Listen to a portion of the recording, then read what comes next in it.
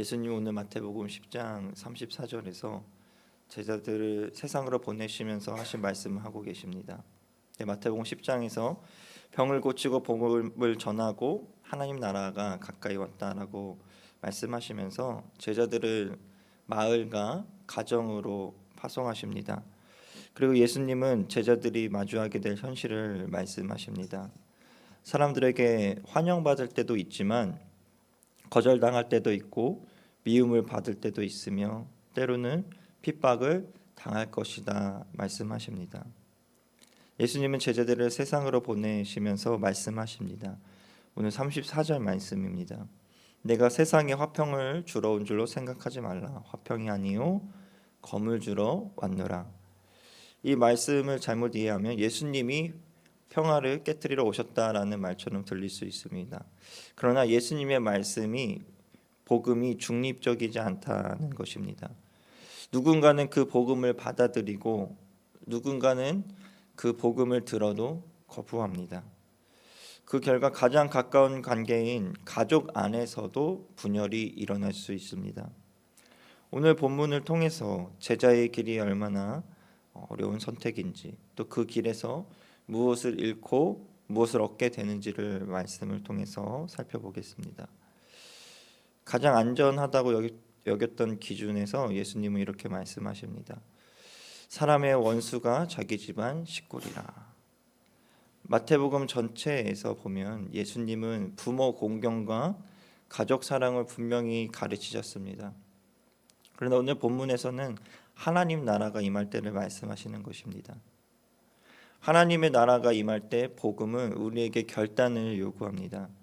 예수님께서 이어서 말씀하십니다. 37절 말씀에 아비나오미를 나보다 더 사랑하는 자는 내게 합당하지 아니하고, 때로는 신앙적인 갈등으로 인해서 가족의 갈등이 생길 수 있습니다.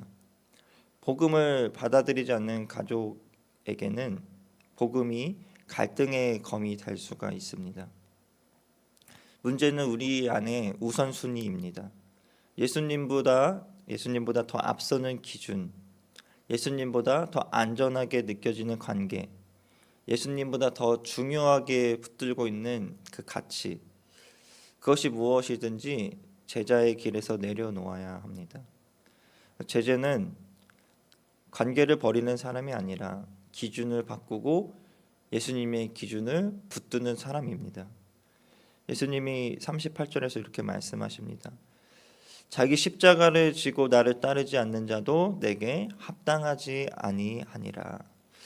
여기서 말하는 십자가는 예수님이 실제로 지셨던 그 십자가 모형만 말하는 것이 아니라 예수님을 따르다 보면은 힘든 일을 겪게 될 수 있고 거절당할 수도 있고 때로는 손해를 볼 수도 있습니다.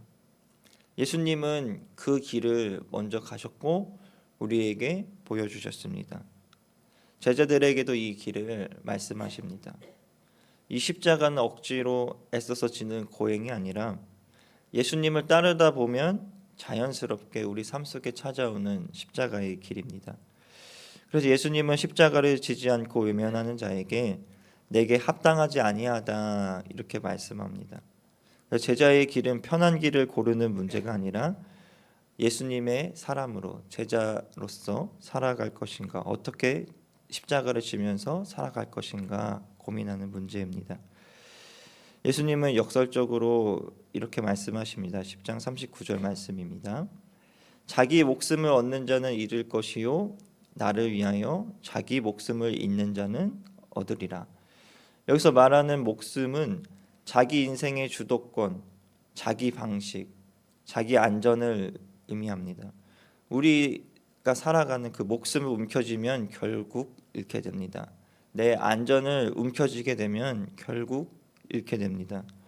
그러나 예수님을 위해서 내가 움켜쥐고 있는 그것을 내려놓으면 참 생명을 얻게 됩니다. 이 생명은 우리가 쟁취하는 것이 아니라 하나님께서, 예수님께서 우리에게 주시는 선물입니다.